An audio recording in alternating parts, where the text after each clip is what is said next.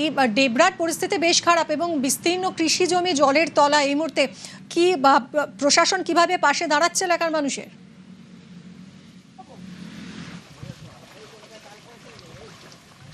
দেখো, ইতিমধ্যেই প্রশাসন কিন্তু সমস্ত তথ্য সংগ্রহ করেছে, কি পর্যায়ে রয়েছে, কতটা ক্ষতি হয়েছে। এক প্রকার দুর্যোগ কেটে গেলেও দুর্ভোগ কিন্তু রয়েছে, কারণ আকাশ পরিষ্কার, রোদ্দুর উঠেছে, কিন্তু উপরতলার যে সমস্ত জল গত কয়েকদিন ধরে বৃষ্টি হয়েছে সেই জল কিন্তু ডেবরায় এসে নেমেছে। ডেবরায় রাধামোহনপুর 11 গ্রাম পঞ্চায়েত, 9 নম্বর গ্রাম পঞ্চায়েত, 5 গ্রাম পঞ্চায়েত, 6 নম্বর জলিমান্দা গ্রাম পঞ্চায়েত এলাকায় প্রচুর চাষের জমি জলের তলায়, বাড়ি কয়েকটা জলবন্দী হয়ে পড়েছে এবং এলাকার যে সমস্ত গ্রামীণ রাস্তা রয়েছে সেগুলো কিন্তু জলের তলায়।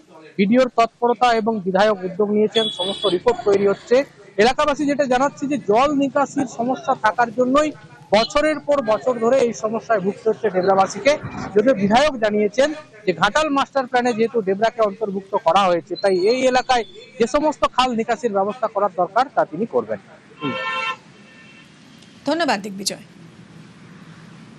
অবস্থা খুব খারাপ। প্রতি বছর আমাদের বর্ষা এলেই এই বন্যা পরিস্থিতি হয়ে যায়। সমস্যা জল কাটছে নি, তো নিকাশি ব্যবস্থা বন্ধ হয়ে যাওয়ার জন্য জল কাটতে 10-15 দিন লেগে যাচ্ছে। এই যে চাষিরা তলা ফেলছে, তলাও নষ্ট হয়ে যায়, পুরোটাই জলে একদম। ফের জলমগ্ন ঘাটাল। টানা বৃষ্টিতে বেড়েছে ঝুমি নদীর জল। ঘাটালে জলমগ্ন বাড়ি, রাস্তা, চাষের জমি। জমা জল পেরিয়ে ব্যাহত যান চলাচল। নিম্নচাপের টানা বৃষ্টি আর তাতে জলমগ্ন ঘাটাল। ঝুমি নদীর জল বেড়েছে।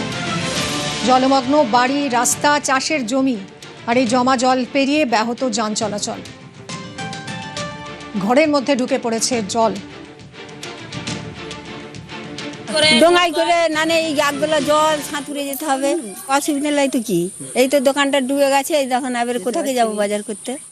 সমস্যা হচ্ছে খুব যাতায়াতে, জল ঢুকছে, এবার কোথাকে যাবো, কি করবো, এবার বাঁধকে যেতে হবে, খাওয়া দাওয়ার কষ্ট, টাকা পয়সা সমস্যা, যেতে করে সাঁতুরে যেতে হবে হাঁড়ি নিয়ে, নৌকো কোথা পাবো। ফ্লাড এরিয়া, বৃষ্টি হলেই বন্যা দেখা দেয়। বর্তমান সরকার সব রকমভাবে আমরা প্রস্তুত রয়েছি। বিগত দিনে সরকার বন্যা নিয়ে যেভাবে সাধারণ মানুষকে দুঃখ কষ্ট যন্ত্রণা দিয়েছিল, বর্তমান সরকার, জনগণের সরকার, বিজেপি সরকার সব রকমভাবে প্রস্তুত রয়েছে। আশা করি কোনো মানুষের কোনো সমস্যা হবে না। আমরা রয়েছি ঘাটালের মনসুকা এলাকায়। আমার পিছনেই ঝুমি নদী, আর এই ঝুমি নদী কিন্তু পাড় ছাপিয়ে এলাকা প্লাবিত হচ্ছে। এখনো পর্যন্ত ঘাটাল ব্লক এলাকার যেটা জানা যাচ্ছে যে ইড়পালা গ্রাম পঞ্চায়েত এবং মনসুকা গ্রাম পঞ্চায়েতে বিস্তীর্ণ এলাকা কিন্তু প্লাবিত হচ্ছে। জল বাড়ছে, আতঙ্কে রয়েছেন এলাকার মানুষ। আরও কতটা জল বাড়বে তা নিয়েই কিন্তু দুশ্চিন্তা বাড়াচ্ছে এলাকার মানুষের। তাদের দাবি, যদি বৃষ্টি আরও হয় বা জলাধার থেকে আরও বেশি জল ছাড়ে তাহলে কিন্তু তাদের দুর্ভোগ বাড়বে। সুকান্ত চক্রবর্তী, নিউজ 18 বাংলা, ঘাটাল। টানা বৃষ্টিতে জলমগ্ন ঝাড়গ্রামের একাংশ। গোপীবল্লভপুর, সাঁকরাইলে জলের তলায় বিস্তীর্ণ চাষের জমি। জমা জলে খেতেই পড়ছে বিঘার পর বিঘার ফসল, সবজি। সরকারি ক্ষতিপূরণের আশায় কৃষকরা।